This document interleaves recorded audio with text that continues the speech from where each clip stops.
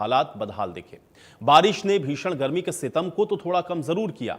गर्मी से लोगों को भले ही राहत मिली हो, लेकिन घरों के बाहर लोगों का निकलना अब मुश्किल हो रहा है, क्योंकि अब जलभराव ने लोगों का रास्ता रोक दिया है। सड़कों पर बारिश के बाद कई कई फीट तक पानी जमा है। पानी के बीच से होकर के गुजर रहे लोग और वाहन प्रशासन की बद इंतजामी से नाराज दिख रहे हैं, क्योंकि सड़कों पर भरा यह पानी कभी भी किसी भी बड़ी वजह हादसे की बन सकता है, क्योंकि इस पानी में न तो गड्ढे दिखाई देते हैं, ना ही रास्ता और ना ही कोई दूसरी रुकावट।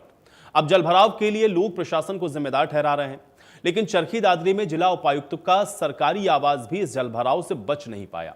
डीसी के आवास के बाहर सड़कें लबालब पानी से भर गईं, जिसे पार करना लोगों के लिए मुश्किल हो गया। चरखी दादरी से ही जलभराव की ऐसी तस्वीरें सामने आई, जहां पर एक घर में कई कई फीट तक पानी भरा हुआ दिखा। घर में खड़ी हुई कार लेकर के घर का दूसरा जरूरी जो सामान है वो पानी में बेकार होता हुआ दिखाई पड़ा है।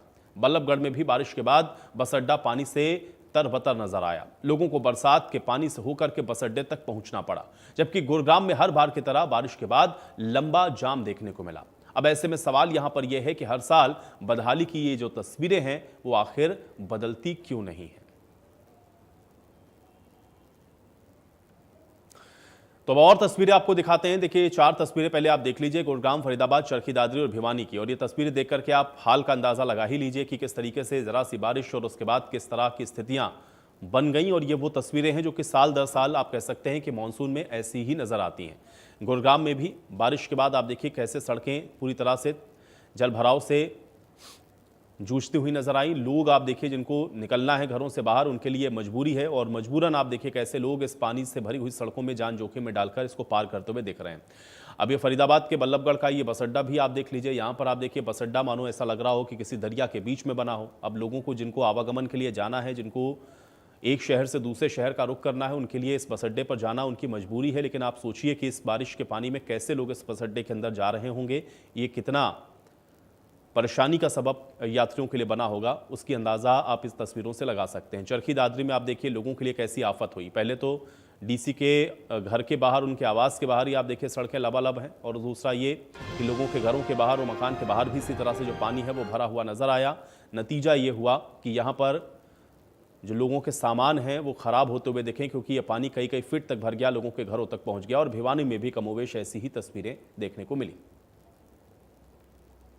सामने है, कुछ भी नहीं हो रहा है जी। देखो जी, पानी घर में बढ़ गया है। हमारा भाई साहब है, उनके घर में पानी बढ़ गया। बेड सुबह 5 बजे के लग रहे हैं निकालने के लिए, लेकिन प्रशासन की तरफ से हमारे पास कोई उम्मीद नहीं है जी, कोई मदद नहीं आई प्रशासन की तरफ से हमारे पास। ठीक है, बड़ा भाई सुबह का आंसू बहा रहे हैं, बड़े बुजुर्ग हैं, वो पानी में तैर रहे हैं। ठीक है, और प्रशासन से बार बार कर लिया जी। विधायक जी ने भी कहा था कल भाई 2 से 3 घंटे में पानी निकाल देंगे, लेकिन आपके सामने है जी जो भी हालात हो रहे हैं। परेशानी थोड़ी सी बारिश से आप देखो, आप डीसी साहब की कोठी में देख लो, और फिर हमारा गरीब आदमी क्या हालात हो रहे होंगे। देखिए सबके सामान वो मान आपका सहमी है, को देख लो आप। न्यू के देख पुख्ता प्रबंध कराएंगे, बारिश से पहले करना चाहिए था, ये मंगवा लिया, वो मशीन मंगवा ली, लेकिन क्या हुआ अब आपके सामने है, देखे हो आप। को जो जिला चरखी दादरी में भारी वर्षा हुई है, उसमें विशेष बात ये रही कि वो एक तूफानी वर्षा थी जो नुकसानदायक भी थी, फायदेमंद भी थी। इससे जल भराव हुआ है विशेष करके कपास फसल में। और अगर औसतन वर्षा का आंकड़ा अगर देखा जाए तो जिला चरखी दादरी में 70 mm के करीब वर्षा दर्ज की गई है गत रात्रि को। सबसे ज्यादा खंड वार्डा में है 132 mm, दादरी में 66 mm और बोंद में कम वर्षा है 8 mm सिर्फ। औसतन 70 mm पूरा जिला चरखी दादरी।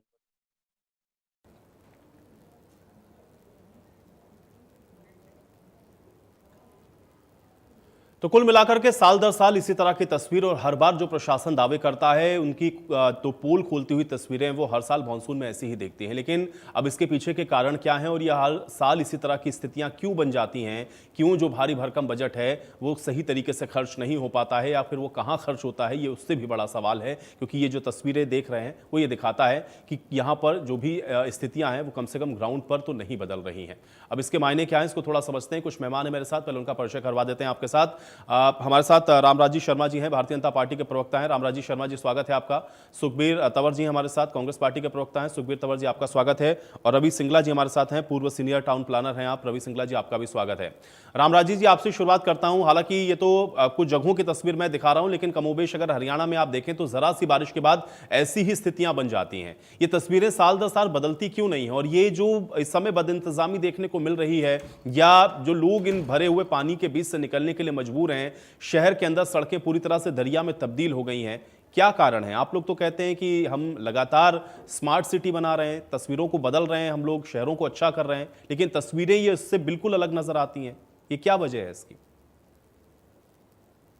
देखो, इस संदर्भ में माननीय मुख्यमंत्री जी ने पिछले सप्ताह उच्च अधिकारियों की मीटिंग ली थी, जिसमें हमारे chief secretary Anurag Rastogi ji, ACS home doctor Sumita Mishra ji, CID chief Saurabh Singh ji, माननीय मुख्यमंत्री जी के मुख्य प्रधान सचिव आर के खुल्लर जी और सभी डीसीज की वर्चुअल मीटिंग ली थी। उनसे तैयारियों का जायजा लिया था और उनसे ये पूछा गया था, भाई आपकी तैयारियां कैसी हैं, आपका कोई पंपिंग सेट है, जैसे पानी निकासी के लिए डीजल की व्यवस्था है, जनरेटर है, पाइपलाइन है, और कोई आपने कोई चीज की जरूरत हो तो आप बताइए।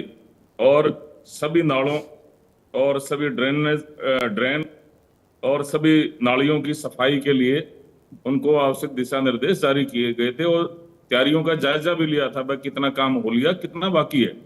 और मैं समझता हूं उसमें माननीय मुख्यमंत्री जी के आवश्यक दिशा निर्देश दिए थे, जो उसके सार्थक परिणाम भी आए हैं। और जो आपने ये समस्या बताई, ये समस्या हमारे को विरासत में मिली थी, क्योंकि कांग्रेस के शासनकाल में इनका लगभग 50-55 साल शासन रहा है। हमारे जनता ने इनको ढोया है, क्योंकि काम तो इन्होंने कुछ किया नहीं। लेकिन रामराजी जी 11 साल में आप मुझे बताइए ना। नहीं, ये सारी बातें नहीं, आज नहीं रामराजी जी। रामराजी जी 11 साल हो गए, 11 साल में एक शहर बताइए। ठीक है, नहीं रामराजी जी 11 साल में एक शहर बता दीजिए। 11 साल में एक शहर मुझे बता दीजिए जो जलभराव की समस्या से आपने मुक्त कर दिया हो। एक शहर बता दीजिए। हमारे सारे शहर हैं वो जलभराव से मुक्त हैं। तो ये तस्वीरें कहां से आ गई हैं? ये तस्वीरें क्या आप कह रहे हैं कि फर्जी हैं? नहीं, ये तस्वीरें आप कह रहे हैं कि गलत है या फर्जी है? में मिली थे ये, आप ये बताओ, आप इस पॉइंट पर आ जाओ। आपकी बात आप ये उस पर आरोप लगाएंगे कि 50 साल में उन्होंने खराब किया, तो आप मुझे बताइए आपको सही करने में कितना वक्त लगेगा? आपको सही करने में कितना वक्त लगेगा? आप ये बताइए। आप पहले आज ये बताइए कि सही करने में कितना वक्त लगेगा? रामराजी जी 24 घंटे जनता के लिए। अरे रामराजी जी, ये सारी बातें आप कह रहे हैं, लेकिन वो ग्राउंड पर नहीं है ना। जनता की सेवा। अरे रामराजी जी, ये कहने से नहीं होता। ये तो कोरी बयानबाजी है। अरे रामराजी जी, ये कोरी बयानबाजी है। आप कह रहे हैं आप बेहतर कर रहे हैं, फिर ये भी कह रहे हैं कि ये शहर हमने बसाए नहीं तो हम कुछ कर नहीं सकते। इसका मतलब आप हेल्पलेस हैं। अरे रामराजी जी, आप तो एकदम चुनावी जनसभा की तरह बोलने लगते हैं। मेरे पॉइंट टू पॉइंट सवाल का जवाब ही नहीं देते। आप ये कहते हैं इन्होंने खराब किया, तो मैं ये कहता हूं कि 11 साल से तो आप है ना भाई।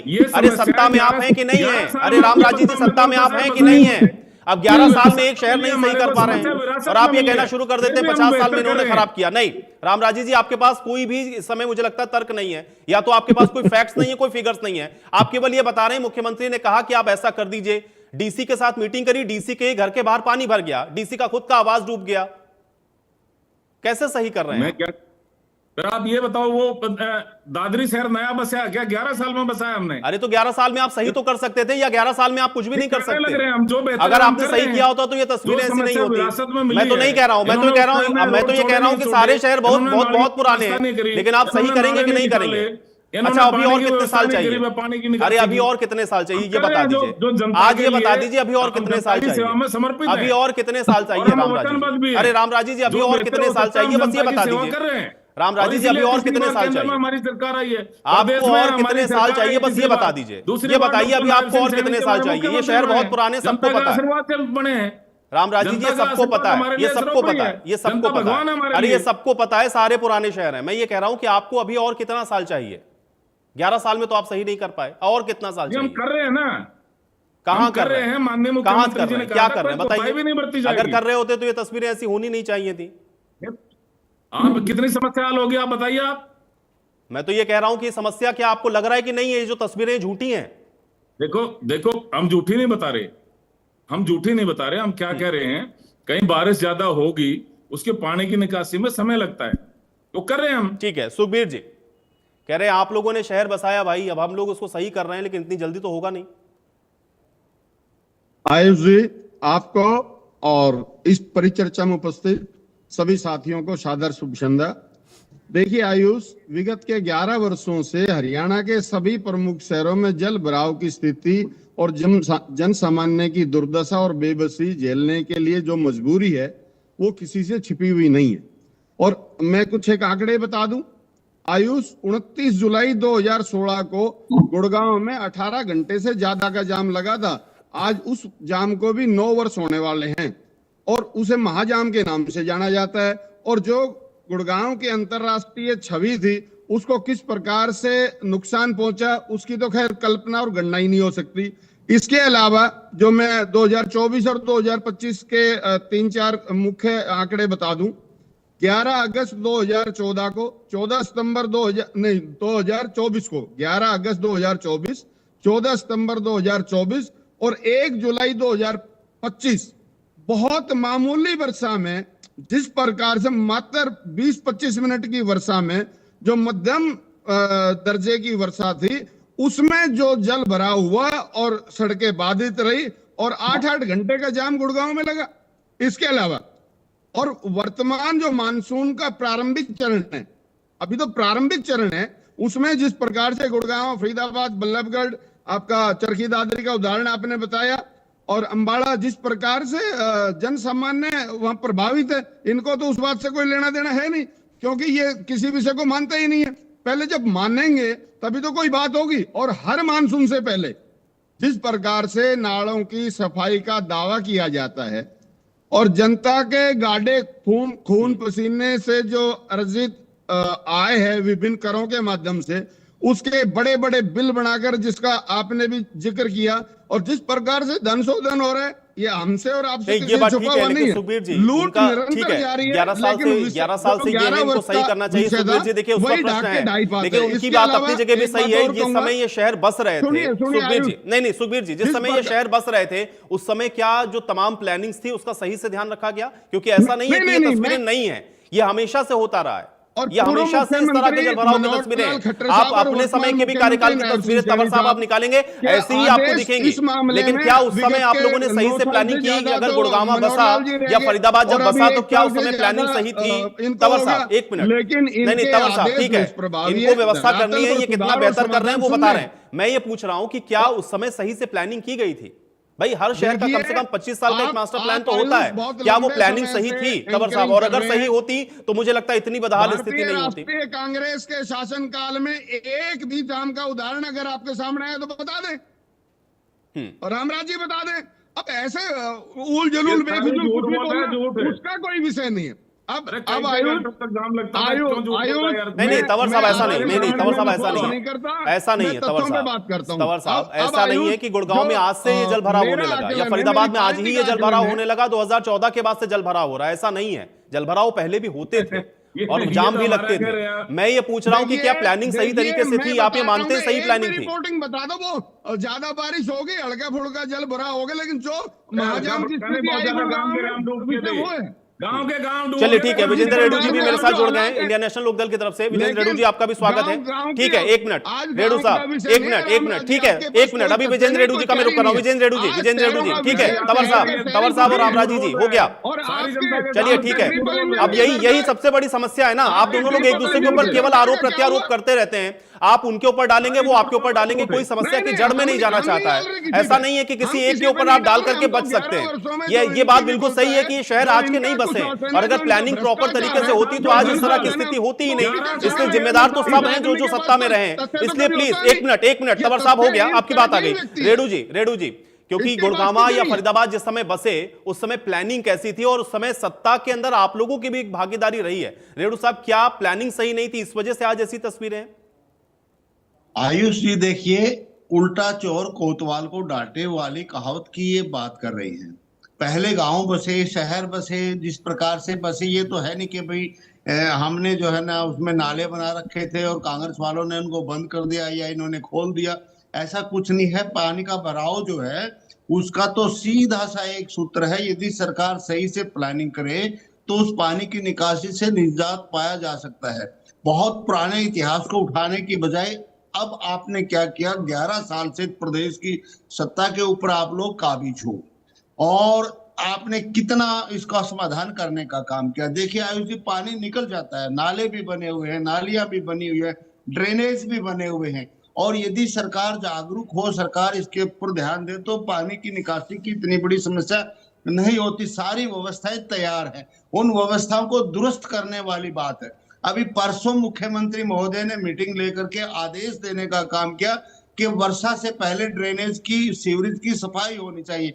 अरे भाई, बारिश शुरू हो चुकी है, आज आप आदेश दे रहे हो, कब उसका इम्प्लीमेंटेशन होगा? यदि 1 महीना पहले सभी सीवर की, सभी नालों की सफाई करवा दी जाती तो मेरा मानना है कि ये बिल्कुल भी समस्या नहीं आती है। जब सिर के ऊपर बसती है तभी आदेश देने का काम करते हैं। जब कहीं गोली चलती है, किसी का मर्डर होता है तो कहते हैं कि बदमाश हरियाणा छोड़ दो या बदमाशी छोड़ दो, और जब बारिश हो जाती है, पानी भर जाता है, उसके बाद जो है ना आदेश देते हैं कि वर्षा से पहले नालों की सफाई की जानी चाहिए, सीवर की सफाई की जानी चाहिए। ये कोई व्यवस्था नहीं बनाई जा रही है सरकार से। सिस्टम है हमारे पास, सिस्टम बना हुआ है, लेकिन व्यवस्था नहीं है, नहीं, सफाई लेकिन नहीं रेणु होती रेणु समय जी, पर। ये आगे सरकार उसको जो के है ना निर्देश लिंक का कंप्लीट इंतजार किया भी जा क्यों? रहा ये है। तो इस वजह से ज्यादातर ये काम सारे विजेंद्र कार्य रेणु हो जी, रहे हैं। विजेंद्र जी, ये तो ज्यादातर काम जो लोकल अथॉरिटीज हैं उनका है, जो नगर पंचायतें हैं, नगर पालिकाएं हैं, परिषद हैं, उनके काम है ये सारी चीजों को मेंटेन कर पाना, और उसमें इंतजार इस बात का कि हाँ, सरकार निर्देशित करे तब हम साफ करें। ये क्या सिर्फ आयुष लापरवाही है, या वाकई में आयुष प्लानिंग में जी, कमी आपको लगता है कि शहर छोटे थे, आबादी ज्यादा होती हुई चली गई, और वो पहले से, चूंकि चाहे सीवेज की व्यवस्था की आप बात कर लें या आप ड्रेनेज सिस्टम की बात कर लें, वो उस तरह से प्लान नहीं थे, और इसलिए नतीजा ये है कि अब वो ओवरफ्लो होने लगे, या वो कैपेसिटी से कहीं ज्यादा हो रहा नहीं है, नहीं इसलिए ऐसी तस्वीर है। नहीं, आयुष जी, मैं इस बात को नहीं मानता कि पहले शहर छोटे थे और शहर बड़े हो गए हैं और पब्लिक ज्यादा हो गई, ये ऐसी, इसका कोई इफेक्ट नहीं है, क्योंकि उसके साथ साथ ईयरली इसके लिए बजट भी आता है, ड्रेनेज भी बनाई जाती है, नाले भी बनते हैं। आप किसी शहर में जाकर के देख लीजिए, वो नालों का निर्माण चला हुआ है, लेकिन जो निर्माण हो रहा है, जो नाले बनाए जा रहे हैं, और जहां से पानी की निकासी होनी है, जहां पानी पड़ रहा है बारिश का, वहां से पानी जो निकल करके आगे जाना होता है, वहां की साफ सफाई नहीं होती। मेन मुद्दा जो ये शहर जो तालाब बन जाते हैं, अभी देखो मैं देख रहा था अखबार में, तो शाम में 4 घंटे तक 4-4 फीट पानी खड़ा रहा, घरों में पानी घुस गया। हमारे यहाँ जींद, मैं जींद से हूँ, थोड़ी सी बारिश हुई थी, गलियां खचाखच भर गई है, और यहाँ पर जो है ना सीवरों की कोई सफाई नहीं हुई। आज तक मैंने यहाँ सीवर की सफाई करते हुए नहीं देखा। मैं भी पार्षद रहा हूँ और वार्ड 18 का पार्षद रहा हूं मैं 6 साल तक। असल बात क्या होती है, ये बात ठीक है, निकायों को करना होता है, म्युनिसिपल कॉर्पोरेशन को करना होता है, म्युनिसिपल कमेटी को करना होता है, लेकिन अगर ये ना करें तो इसका जिम्मेवार कौन है? आखिर जिम्मेवार तो गवर्नमेंट ही है ना। गवर्नमेंट की जिम्मेवारी बनती है कि वो करवाए। जहां नहीं हो रहा है, प्रशासनिक अधिकारियों के माध्यम से आदेशित कर करके उनको काम करवाना तो ओवरऑल सरकार की ही जिम्मेवारी नहीं, है। बिल्कुल ठीक चाहे बात है, कोई लेकिन मुझे भी लगता है कि इंस्टीट्यूट, रेणु कोई साहब, भी उससे भी बड़ी हम सबकी कॉर्पोरेशन नहीं कलेक्टिव कर रहा, तो रिस्पॉन्सिबिलिटी भी है। सरकार की सारी जिम्मेवारी संस्थाएं बनेगी। मिलकर के जब काम नहीं सरकार करेंगे हो तो मुझे रही लगता है होती कि है ये तो थोड़ा काम सा हो नहीं पाना हुआ मुश्किल है, और वही समस्या मुझे लग रहा है कि यहां पर देखने को मिल रही है। रवि सिंगला जी मेरे साथ, मुझे लगता है वो ज्यादा बेहतर बताएंगे। रवि जी, क्योंकि इस चर्चा के अंदर सबसे पहला प्रश्न ही यही उठ गया कि जो शहर, उनकी प्रॉपर प्लानिंग है नहीं, क्योंकि पहले जिस तरह से इनको डेवलप किया गया, अब आबादी का बोझ इतना ज्यादा है कि उसको आप कितना भी सही कर लीजिए, वो सही होने में व्यवस्था बहुत समय लेगा। क्या यही असल कारण है, या क्या वजह है? ये तस्वीरें बार बार हम लोग देखते हैं। रवि जी, देखिए, जब प्लानिंग की जाती है किसी भी टाउन की या शहर की, किसी भी बड़े क्षेत्र की, फरीदाबाद हो, गुड़गांव हो, उसका एक मास्टर प्लान बनाया जाता है। मास्टर प्लान जिस टाइम बनता है उस टाइम सारी जन सुविधाओं के बारे में, इंफ्रास्ट्रक्चर के बारे में पूरी प्लानिंग की जाती है, और जो भी सेक्टर्स भी बचते हैं उसमें पूरी ड्रेनेज सिस्टम का पूरा सिस्टम बताया जाता है, और एग्जीक्यूशन के बाद वो ड्रेनेज सिस्टम रखे भी जाते हैं, लेकिन प्रॉपर मेंटेनेंस ना होने की वजह से वो सारे फेल हो जाते हैं। प्रॉपर मेंटेनेंस में सिर्फ एक सरकार ही जिम्मेवार नहीं है, इसमें केवल सरकार की जिम्मेवारी नहीं है, हमारे लोग भी जो है ना वहाँ पे कूड़ा करकट भर देते हैं और उनको चोक कर देते हैं, नालों को भी, ड्रेनेज सिस्टम को भी, और इतना बुरा सीवरेज को भी, इवन सीवरेज को भी वहाँ पे पॉलिथीन डाल डाल के ईंटें पत्थर मैं देख रहा था अभी पीछे एक हमारे सेक्टर में एक सीवरेज के लाइन का एक इंस्पेक्शन कराया गया, तो उसमें जो कैमरे से रिकॉर्डिंग आई, देखा तो इतने मोटे मोटे पत्थर लोगों ने भर रखे तो सीवरेज में। तब सीवरेज जब सफाई हुई तब पता लगा भी ये इस तरह से इतना बुरा हाल है इसके सीवरेज सिस्टम का कि लोग बाग उसको चौक कर देते हैं। दूसरा ये कि कई जगह पे क्या देखा गया है, सड़कें जो कई दोबारा से जो बनती हैं उनको लेवल का ध्यान नहीं रखा जाता है। लेवल मेंटेन करना भी एक सबसे बड़ी बात है। क्यों लेवल में क्या प्रॉब्लम आती है, कई बार सड़कों को, बीच की सड़कों को ऊंचा कर दिया जाता है, वो दोनों साइड के जो एरिया है उनमें पानी भर जाता है, वो नीचे रह जाते हैं, सड़क ऊंची हो जाती है। इस गुड़गांव में के जो बुरा हाल जो होता है हाईवे की वजह से हुआ है, जो हाईवे की वजह से आज की भी तारीख में वहां पे पानी भरता है, हाईवे पे नहीं भरता, साइडों में भरता है पानी, क्योंकि वो पानी पहले निकल के चला जाता था, अब पानी वो दोनों साइडों में रुकता है। अब उसका काफी अरेंजमेंट को सरकार ने काफी काम किया है, वहां पे काफी सिस्टम सुधार हुआ है। लेकिन ये तो एक मौसमी वो परेशानी है जो बारिश के दिनों में ही आती है, और बारिश के दिनों में ये समस्या को एकदम से उसी टाइम ठीक करना, उसको इम्प्लीमेंट करना, किसी भी चीज को देखना, ध्यान करना, मेंटेन करना बहुत मुश्किल हो जाता है। इसलिए सरकार को और लोगों को पूरे साल इसके ऊपर नजर रखनी चाहिए, ताकि वो ड्रेनेज सिस्टम भी एक सीवरेज सिस्टम के बराबर ही एक पूरा सिस्टम होता है। अगर वो उसको लोग कहते भी 3 महीने रहता पानी, उसके बाद तो उसमें कुछ भी भर दो, उसमें फिर ठीक है, आप ये कह रहे हैं कि ये कंटिन्यूअस प्रोसेस है, इसको बराबर होना चाहिए, सिर्फ मानसून का इंतजार नहीं होना चाहिए। रामराजी जी, ये रवि सिंगला जी ने भी ये बात कही कि ठीक है, सारी जिम्मेदारी ऐसा नहीं कि सरकार के ऊपर आप डाल दीजिए, लेकिन ये भी है कि हाँ, एक बड़ी भूमिका तो आप लोगों की है, और ये पूरे साल का प्रोसेस होना चाहिए। मानसून से पहले अगर आप तैयारी करेंगे भी तो ऐसी स्थिति होगी। फिर रवि सिंगला जी ने ये बात भी कही, पर ज्यादातर इस समस्या के ऊपर काबू पा लिया गया है, और मैं भी आपको यही बात बता रहा हूँ, इस समस्या के ऊपर ज्यादातर काबू पा लिया गया है, और कहीं छोटी मोटी एक आध जगह खामियां रह गई हैं, उनको भी ठीक किया जाएगा। कहीं अफसर की कोताही है, उसको भी ठीक किया जाएगा। तो मैं समझता हूँ ये समस्या लगभग काबू पा लिया है इस पे। आगे कोई इस तरह की समस्या मतलब बहुत कम रहेगी, ज्यादा नहीं रहेगी। और जिस तरह से आप बता रहे हो 1-2 शहर में है, वो उसको ठीक करने लग रही है सरकार। गुड़गांव है, गुड़गांव में हीरो होंडा चौक पे पानी भर जाता था बहुत ज्यादा, अब ज्यादातर उस पर काबू पा लिया सरकार ने। और ऐसी जगह हैं जहां पे कंट्रोल कर लिया, और कंट्रोल कर लिया, जब भी तो जनता ने हमारे को आशीर्वाद दिया, जब भी तो तीसरी बार हमारी सरकार बनी, जब भी तो केंद्र में भी तीसरी बार सरकार बनी, प्रदेश में भी हमारी सरकार बनी, और डॉक्टर नायब सिंह सैनी दूसरी बार हमारे मुख्यमंत्री बने। भाई जनता के आशीर्वाद से बने, जनता ने हमारे को आशीर्वाद दिया। और छोटी सरकार ये जो नगर पालिका के चुनाव थे, नगर परिषद के चुनाव थे, नगर निगम के चुनाव थे, इसमें हर जगह हमारी सरकार बन रही है, तो सरकार भी तो जनता का आशीर्वाद से बनी है। तो इसलिए ये कहना सरासर गलत होगा। भाई सरकार ने नहीं किया, सरकार ने इसके ऊपर काबू पा लिया है, और आगे ये समस्या बहुत छोटी मोटी समस्या रह जाएगी, और सरकार इस मामले में बहुत गंभीर है। माननीय मुख्यमंत्री ने इस संदर्भ में 2 दिन पहले सभी अधिकारियों की मीटिंग ली थी, मैंने बताया था। और वो जो कांग्रेस का प्रवक्ता कह रहा था, और ये दूसरा भाई भी कह रहा था, दूसरी पार्टी का प्रवक्ता भी, कि अभी बैठक करिए, अभी बैठक नहीं, ये समीक्षा बैठक थी, ये तैयारियों की बैठक थी। भाई क्या तैयारियां हैं, ये तैयारियों की बैठक थी, और वो उसके सार्थक परिणाम भी आए, उसका समस्या काबू भी की गई है। मैं समझता हूं आगे इस तरह की समस्या बहुत कम रह जाएगी। जी सुखबीर जी। आयुष, हंगामा हमारा मकसद नहीं, सूरत बदलनी चाहिए, ये विश्वास है। मैं आशा करूंगा समाधान के लिए कुछ एक विषय रखूंगा, रामराज अपने सरकार तक पहुंचाएंगे उस विषय को।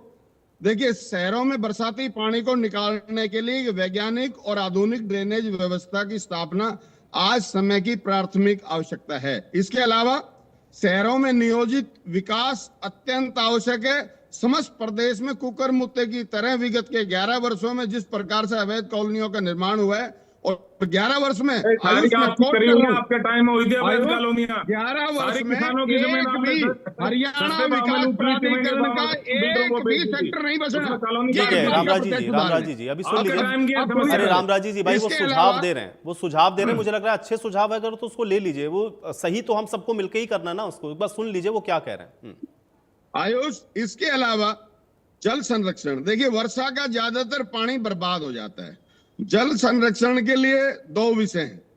एक तो वर्षा के जल को संरक्षित करने के लिए भूमिगत पानी में डालने के लिए जो हमारा रेन वाटर हार्वेस्टिंग सिस्टम है उसको दुरुस्त करना चाहिए। मैं दावे से कहता हूं आज समस्त प्रदेश में जो रेन वाटर हार्वेस्टिंग सिस्टम है अब चेक करा ले, 95% से ज्यादा रेन वाटर हार्वेस्टिंग सिस्टम खराब पड़े हैं और अधिकारियों की मिली भगत से जो भ्रष्टाचार का एक स्वरूप बना हुआ है वो एक बहुत बड़ा कारण है जो वर्षा का जल संरक्षित भूमिगत जल में नहीं हो पा रहा है। इसके अलावा जिस प्रकार से अमृत सरोवर योजना है उसके विस्तार की जरूरत है। पानी को संरक्षित करने की बहुत बड़ी आवश्यकता है।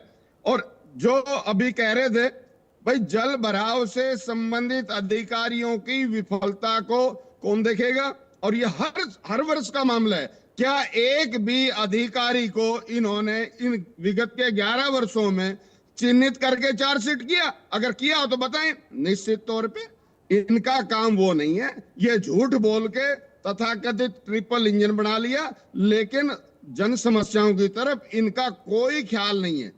मैं तो आपके माध्यम से चाहूंगा सरकार संजीदगी से इस विषय पे एक अपने शहरियों का देखे कि उनको क्या क्या दिक्कत है। वो अभी जो चरखी दादरी से आप चला रहे थे वीडियो, वो अपने आप में बहुत बड़ा उसकी बात समझ में आ जाती है। उसने सारी बात जो रामराज जी कहने का प्रयास कर रहे हैं वो इनकी पोल खोल के रख दी और डीसी आवास में पानी चले जाना, इससे बुरी तो कोई बात ही नहीं हो सकती। इसलिए मेरा तो विनम्र निवेदन आपके माध्यम से है सरकार संजीदगी से इस विषय को ले और शहरियों को इस हर वर्ष की समस्या से निजात दिलाए। ठीक है, विजेंद्र रेणु जी। देखिए आयुष जी, जो धरातल की बात है, मैं वो बात जो मेरे समझ में आ रही है वो बताता हूँ आपको। इसमें अभी हमारे विश्लेषक जी कह रहे थे कि व्यक्ति इसमें कूड़ा डाल देते हैं, पत्थर डाल देते हैं। ऐसा कुछ नहीं है। ऐसा कोई अनजान व्यक्ति नहीं है, ऐसा कोई भोला व्यक्ति नहीं है जो जानबूझ करके इनके अंदर कोई पत्थर डालेगा, रोड़ा डालेगा या कचरा डालेगा। ऐसा कुछ नहीं होता। मेन बात जो है आयुष जी, इसका रीजन है, देखो साल भर तक वर्षा मौसम में आती है। वर्षा का मौसम ये होता है पूरे साल भर तक उसमें पानी चलता है। सीवर में कहीं ढक्कन टूट गया है, कहीं जो सीवरेज की पाइप जो है ना टूट गया है, वहां खोद लेते हैं उसको और वो महीनों महीनों तक खुला पड़ा रहता है। ढक्कन भी नहीं बदले जाते हैं, वो खुले पड़े रहते हैं। तो उसमें जरूर है कुछ ना कुछ गिरेगा ही गिरेगा। धूल मिट्टी जाती है, इसके अंदर गाद बनती है नालों के अंदर और वो गाद पूरे साल तक जम जाती है और उसको भरने का काम करती है। तो साल में एक बार सफाई तो बहुत जरूरी है और वो सफाई कई साल तक भी नहीं होती है। 11 सालों में एक बार भी पूरे हरियाणा के सभी सीवर की इन्होंने नालों की सफाई नहीं करवाई होगी। तो वो गाद जम करके नाले जो है ना वो भर जाते हैं और जब बहुत ज्यादा पानी आता है तो वो थोड़ा थोड़ा पानी निकलेगा और निकलने में समय लगेगा। यदि उनकी साल में एक बार पूर्णतः सफाई हो जाए तो न तो बढ़ती हुई आबादी आगे आएगी और ना ही जो अनियोजित जो ये बात कर रहे हैं कि सही तरीके से बसाए नहीं गए, बिल्कुल सही तरीके से बसे हुए हैं और पूरा तंत्र है हमारे पास। जो हुड्डा ने सेक्टर बनाए हैं, सोसाइटी अपने हुड्डा के सेक्टरों में क्यों पानी भर जाता है? जो ताजे सेक्टर बने वो भी भर जाता है। जो 5 साल पहले के सेक्टर बने हुए वहां भी पानी वाटर लॉजिंग होता है, इतना बहुत ज्यादा तालाब का रूप ले लेते हैं। मेंटेनेंस नहीं है और मेंटेनेंस न होने का बड़ा कारण करप्शन है। जो पैसा अलॉटमेंट होती है उसकी निगरानी नहीं की जाती है, ठेकेदार खा जाते हैं, उनको पूरा पैसा नहीं लगाते हैं, कागजों में फाइलों में दिखाया जाता है काम कर दिया है, लेकिन धरातल पर कुछ नहीं होता है। थोड़ा बहुत 19-21 करके और अपने खाना पूर्ति करके चला जाते हैं। यदि सच्ची ईमानदारी से साल में एक बार सभी ड्रेनेज को साफ किया जाए, चाहे वो नाला है चाहे सीवर है, तो मेरा मानना है कि ये पानी की समस्या बहुत हद तक ठीक हो सकती है। लेकिन उसमें ईमानदारी चाहिए, करप्शन नहीं होना चाहिए, ईमानदारी से उसका सदुपयोग होना चाहिए जो भी बजट आता है। अगर ऐसा करेंगे तो पानी लॉजिंग की समस्या बहुत हद तक दूर की जा सकती है। लेकिन खेद की बात यह है कि ऐसा नहीं होता है। एक दूसरे पर इल्जाम लगाने का काम करते हैं, उसमें मैं ऐसा हो गया था, उसमें मैं ऐसा हो गया था। ऐसा हर समय में होता है यदि आप उसका ध्यान नहीं देंगे तो। लेकिन बड़ी बात है मेंटेनेंस एंड करप्शन को रोकना और मेंटेनेंस को बढ़ावा देना, यदि आपने इस समस्या से निजात पाने का काम करना है तो, अन्यथा आप नहीं पाएंगे। ये बहुत बिल्कुल जरूरी ठीक बात बात है। है। और रवि एक जी, दूसरे के ऊपर कब तक ठीक है। ठोकते रहेंगे नहीं कि नहीं वो ठीक है, सरकार वो देखिए में मैं तो थी, पहले भी कह सरकार रहा हूँ में आरोप 18 प्रत्यारोप साल से तो आप उसका हो हल गए, आप निकलना है हरियाणा नहीं, प्रदेश में बट ये बैठे हो, जरूर है कि अब यहाँ भी इसका आप समाधान कैसे पुलिस निकले इस पर एक चर्चा बहुत होगी। जरूरी है। ठीक है रवि जी समस्या का समाधान क्या है, क्योंकि अगर साल दर साल या हर साल ऐसी ही तस्वीरें हो रही हो तो उसके कारण में तो जाना पड़ेगा, और अगर कोई कारण पता भी चल रहे हैं तो फिर उसके समाधान के लिए क्या प्रयास हो रहा है, ये तस्वीर बदलनी तो चाहिए कम से कम। रवि जी देखो, अभी सीवरेज सिस्टम की ड्रेनेज सिस्टम की सफाई के बारे में बात कर रहे थे। मैं फरीदाबाद की बात बता रहा हूँ। फरीदाबाद में बड़े लेवल पे ट्रंक सर्विसेज, जो ट्रंक सीवर लाइन है, ड्रेनेज सिस्टम है, उनकी बड़े लेवल पे सफाई का काम चल रहा है। बाकी शहरों का तो मुझे नहीं पता, मैं फरीदाबाद में रहता हूँ, फरीदाबाद का मुझे पता है। और यहाँ का FMDA इस काम को बड़े उस पर कार्य कर रहा है। दूसरे मेंटेनेंस की जहां तक बात है, हर साल मेंटेनेंस के लिए एक बजट होता है, लेकिन सरकारी कार्रवाई में इतनी टाइम लग जाता है कि वो बारिश आते आते तक भी इम्प्लीमेंट नहीं हो पाती। कई बार ऐसा ये प्रॉब्लम आती है। इसके तीसरा जो सुझाव है मेरा, जो अभी FMDA ने CM साहब ने एक प्रस्ताव पास किया है, उसमें क्या है, जो छोटे छोटे मिनी STP हम लगाएंगे, और वो जो ड्रेनेज जो सीवरेज का पानी है उसको हम पार्कों में इस्तेमाल करेंगे। तो इस टाइप की अगर रेन वाटर हार्वेस्टिंग का जहाँ तक हाल है, रेन वाटर हार्वेस्टिंग के वाकई में मेंटेनेंस नहीं हो पा रही, तो पूरी तरह प्रॉपर मेंटेनेंस होनी चाहिए। रेन वाटर हार्वेस्टिंग जितने भी हैं उतने हमारे वो भी अगर हमारे ठीक ठाक काम करें तो हमारा काफी ड्रेनेज नहीं, लेकिन रवि जी क्या ये सीधे तौर पे लापरवाही है, उदासीनता है, या कोऑर्डिनेशन की कमी है अलग अलग विभागों के बीच में, ये क्या वजह है? भाई ठीक है, प्लान है हमारे पास, बजट है हमारे पास, हमको ये भी पता है कि समस्या कहां से आ रही है, उसके बावजूद भी वो चीजें हो नहीं पा रही, ग्राउंड पर वो उस तरह से दिख नहीं रही है। ये समस्या आ क्यों रही है फिर? ये सिर्फ कोऑर्डिनेशन की कमी है। कोऑर्डिनेशन नहीं हो पाते आपस में। कई विभाग काम करते हैं, जैसे फरीदाबाद में FMDA है, SSVP है, SHIDC है, म्यूनिसिपल कॉर्पोरेशन है, सारे मिलके मतलब काम करते हैं। कोई किसी की जिम्मेवारी कहीं पे है, कोई किसी की जिम्मेवारी कहीं पे है, वो आपस में उनका कोऑर्डिनेशन की कमी है। ये बात मानने वाली बात है, इसमें कोई गुरेज नहीं मानने में। तो ये तो है। रामराजी जी, ये जो सुझाव आए या जो बातें कही गई कि भाई बहुत अगर ईमानदारी के साथ इन सारी चीज़ों को देखा गया होता तो बहुत सारी चीज़ें ऐसी थी जो ग्राउंड पर दिखनी शुरू हो जाती, लेकिन वो हो नहीं रहा है। अब चाहे कोऑर्डिनेशन आप मान लीजिए या फिर आप ये मानिए कि लापरवाही निचले स्तर पर बढ़ती जा रही है, इस वजह से जो तस्वीर बदलनी चाहिए थी वो बदली नहीं। इसमें कोई कोताही नहीं बरती गई है। ये जो कह रहे हैं इनका व्यक्तिगत मत है, ये मैं इनकी बात से सहमत नहीं हूँ। और इसमें बहुत इंटेलिजेंट ऑफिसर लगा रखे हैं सरकार ने, जो इसको प्रॉपर मॉनिटरिंग कर रहे हैं, और सभी DCs इसको प्रॉपर उनको जिम्मेवारी दी गई अपने अपने जिले की, वो इस पे मॉनिटरिंग कर रहे हैं। और मैं समझता हूँ काफी हद तक इस समस्या पे काबू पा लिया गया है।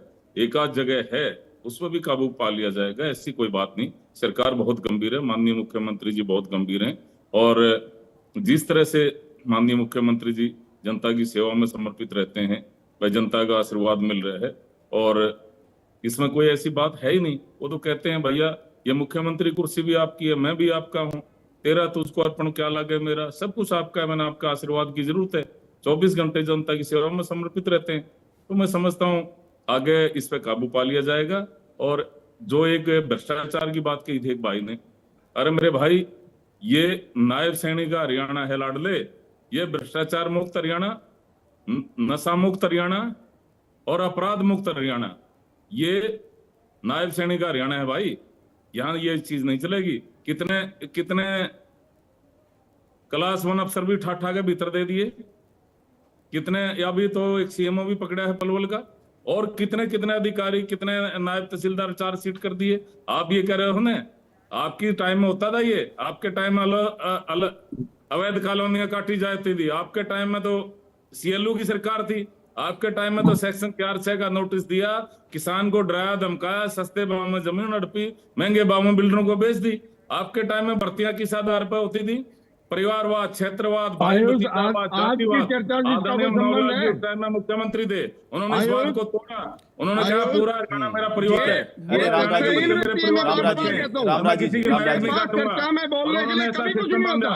आज किसान का बेटा, मजदूर का बेटा, गरीब का बेटा, इसकी 3 इसके पीढ़ी बाद कॉलेज चर्चा में में इसको बोलने चपरासी के लिए नहीं लगा कभी कुछ नहीं था, होगा। आज कलाश का नक्शा लग रहा है। ये हमारी सरकार लगा रही है, ये डॉक्टर मुख्यमंत्री की सरकार बड़ाई लगा के रही है। नहीं, एक मिनट, बोलो, फिर से हमारे फिर मुख्यमंत्री से डॉक्टर देखिए, इस नारायण तरह के सिंह शब्दों का राय इस्तेमाल ना करें। एक मिनट नहीं, सुखबीर तंवर जी देखिए, शब्दों का चयन बहुत सोच समझ के करें, नहीं इस तरह के शब्दों का इस्तेमाल ना करें, इस तरह के शब्दों का इस्तेमाल नहीं। रेणु साहब, रेणु जी, एक मिनट नहीं, एक मिनट तंवर जी, जो शब्द आप चयन कर रहे हैं वो सही नहीं है, ये बिल्कुल इस तरह के शब्द ना इस्तेमाल करें आप।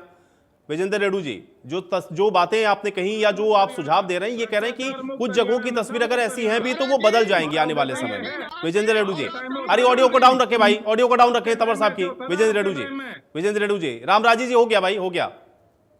रेड्डी जी, कुछ जगह की तस्वीरें हैं जो किसी समय के साथ बदल जाएंगी। अरे तंवर साहब, सुखबीर तंवर जी, जब शब्दों का चयन करते हैं तो सोच समझ करके करें। कोई इसी तरह के शब्दों का इस्तेमाल आपके लिए करेगा तो आपको बहुत बुरा लगेगा फिर। इसलिए जो शब्द आप चयनित कर रहे हैं, कम से कम जब चर्चा में बैठते हैं तो वो शब्द मत बोलें। रेड्डी साहब, विजेंद्र रेड्डी जी,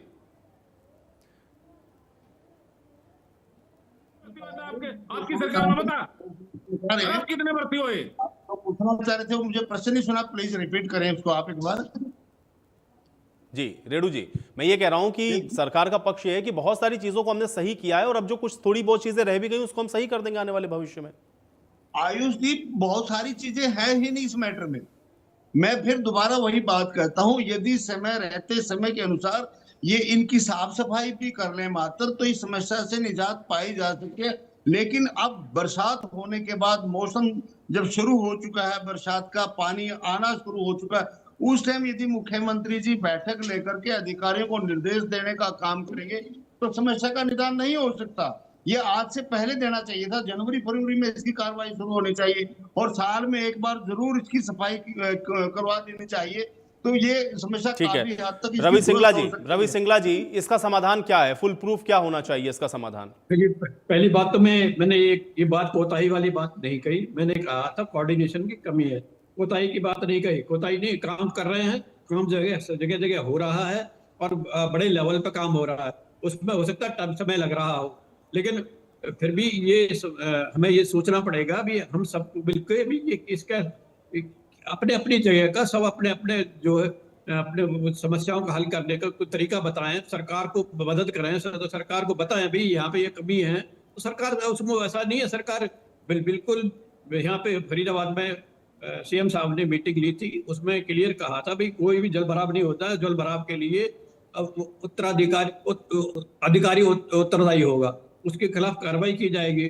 तो ऐसा नहीं है, अभी सरकार बड़े उससे सीरियस वे में काम कर रही है। चलिए, बहुत शुक्रिया आप सभी का, आप लोगों ने समय निकाला आज की इस चर्चा का हिस्सा बने। तो हालांकि जलभराव की वजह से आप देख रहे हैं कि किस तरह से लोगों को परेशानी हो रही है और इसीलिए ये सोचने पर हमको मजबूर करता है कि आखिर ये जो तस्वीरें हैं कब बदलेंगी। हालांकि आज चरखी दादरी में जो तस्वीरें आई, जिसमें डीसी आवास के बाहर आपने देखा कि किस तरह से जलभराव हुआ, एक ग्राउंड रिपोर्ट आपको दिखाते हैं। जिला चरखी दादरी में देर रात से ही अचानक से बारिश शुरू हो गई, क्योंकि कल से ही हालात बने हुए थे और मौसम विभाग का भी ये दावा था कि 24 घंटे में तेज बारिश हो सकती है। थोड़ी सी ही बारिश से यहाँ जल भराव की स्थिति बन गई है। खुद प्रशासन के घरों में ही पानी घुसा हुआ है। आप देख सकते हैं कि उपायुक्त के आवास में पानी घुसा हुआ है और यहाँ कर्मचारी पानी निकालने के लिए तैनात कर दिए गए हैं। लेकिन आम जन का यह कहना है कि खुद प्रशासन तो अपना पानी निकाल लेता है, लेकिन उनके घर डूबे हुए हैं, उनका कोई देखभाल करने वाला नहीं है। प्रशासन जो हर बार दावे करता है पुख्ता इंतजाम के, वो बिल्कुल फेल नजर आ रहे हैं, क्योंकि हर बार ये कहा जाता है कि करोड़ों रुपए लगाकर नालों की सफाई कर दी, सीवर की सफाई कर दी, पानी नहीं घुसने दिया जाएगा, लेकिन हर बार जो दावे होते हैं वो बिल्कुल फेल नजर आते हैं। लोगों का भी यही कहना है कि हम आंसू बहाने के लिए किसके पास जाएं। वही विधायक का भी दावा था कि 2 घंटों में पानी निकाल दिया जाएगा, लेकिन लोगों का कहना है कि 6 घंटे पानी घरों में घुसा हुआ है, लेकिन यहाँ कोई पूछने वाला तक नहीं है। वहीं अगर यहाँ हम बात करें तो कम से कम 1 से 2 फुट तक का पानी यहाँ घुसा हुआ है और लोगों को परेशानियों का सामना करना पड़ा है। चरखी दादरी से इंडिया न्यूज के लिए सुरेंद्र शर्मा।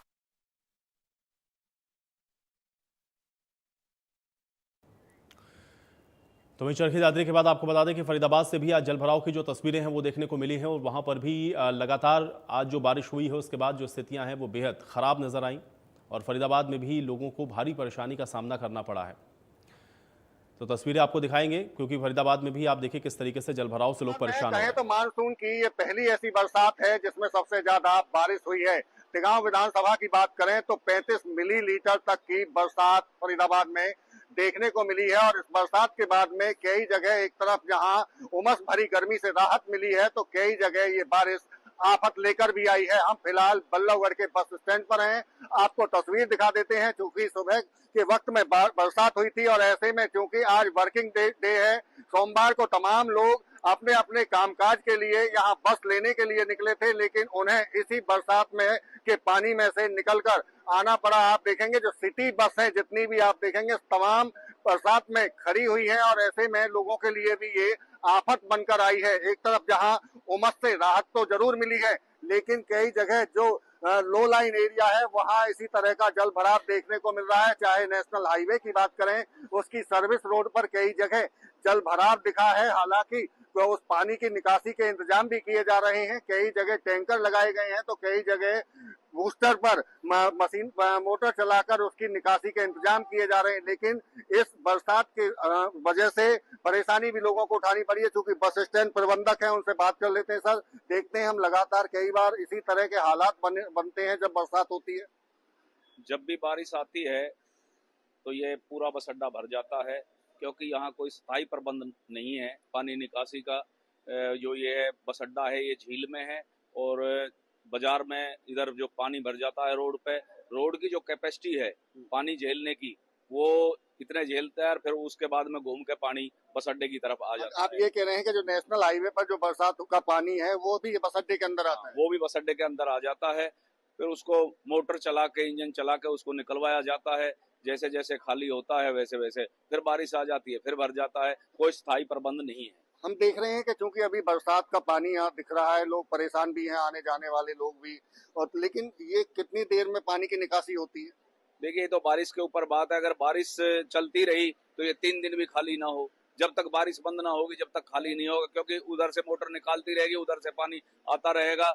तो फरीदाबाद में कहीं भी मतलब पानी का निकास नहीं है। बात कह रहे हैं चूंकि जिस तरह से बरसात पहली ही से माना जा सकता है कि इतनी तेज बरसात फरीदाबाद में हुई है, लेकिन उसके बाद में ये बरसात राहत के साथ साथ में आफत भी लेकर आई है। और बस अड्डे पर आने वाले चाहे कर्मचारी हो, चाहे बस में यात्रा करने वाली सवारी हो, उनके लिए ये आफत बनकर आई है। चूंकि जलभराव की स्थिति है, हर बार इसी तरह का इस बस अड्डे पर जलभराव होता है और उसकी निकासी के इंतजाम को लेकर इन तमाम कर्मचारी और अधिकारियों का कहना है कि वो प्रबंध नहीं किए गए जितना प्रबंध करना चाहिए था। इसी वजह से लोगों को परेशानी उठानी पड़ती है।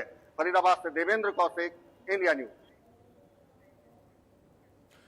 और आइए अब आपको गुरुग्राम से भी एक ग्राउंड रिपोर्ट दिखाते हैं। इसमें आप देखिए किस तरीके से गुरुग्राम में भी बारिश के बाद किस तरह के हालात रहे हैं।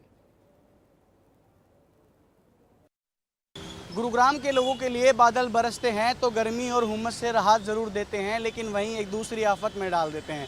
आप मेरे पीछे देख सकते हैं जो ये जल भराव की समस्या है, ये कभी गुरुग्राम के लोगों का पीछा नहीं छोड़ पाएगी। मैं आपको बता दूं कि गुरुग्राम का प्रशासन लगातार दावे करता रहता है कि अब की बार गुरुग्राम में जल भराव की समस्या देखने को नहीं मिलेगी। कितनी भी बारिश हो जाए, लेकिन जल भराव से मुक्ति अब की बार गुरुग्राम के लोगों को दिला देंगे। आप देख सकते हैं हमारे पीछे कुछ लोग हैं, इनसे बात करते हैं कि क्या इस जल भराव से आपको समस्या हो रही है? परेशानी होती है, लोग आवागमन के साधन नहीं मिल पा रहे हैं और बस स्टैंड से लेबर का काम करते हैं। अपना रियल एस्टेट एमपी छोड़ के यहाँ गाँव में बेरोजगारी है तो वहाँ काम करने के लिए आए हैं। परेशान है, आप देख सकते हैं कहाँ से कहाँ पानी भरा है। चलने में भी दिक्कतें हो रही हैं, जा रही हैं। तो जब गाड़ी से उतरे तो उसके बाद सीधा पानी में ही गए? हाँ बिल्कुल, पानी में ही गए और पानी से ही अभी चलते आ रहे हैं। कहाँ से आए हैं आप? एमपी से। एमपी से आए हैं। तो अभी कहाँ से, जहाँ से आप वहाँ से आए हैं तो वहाँ से बारिश के पानी में ही चलकर आना पड़ा है? हाँ हाँ। तो कहीं प्रशासन की कहीं ना कहीं चूक मानते हैं इस बात पे? प्रशासन दावे करती है लगातार, लेकिन बट परेशान हो रहे हैं सभी लोग, कर नहीं पाती। तो क्या उम्मीद करते हैं प्रशासन से आप? अब उम्मीद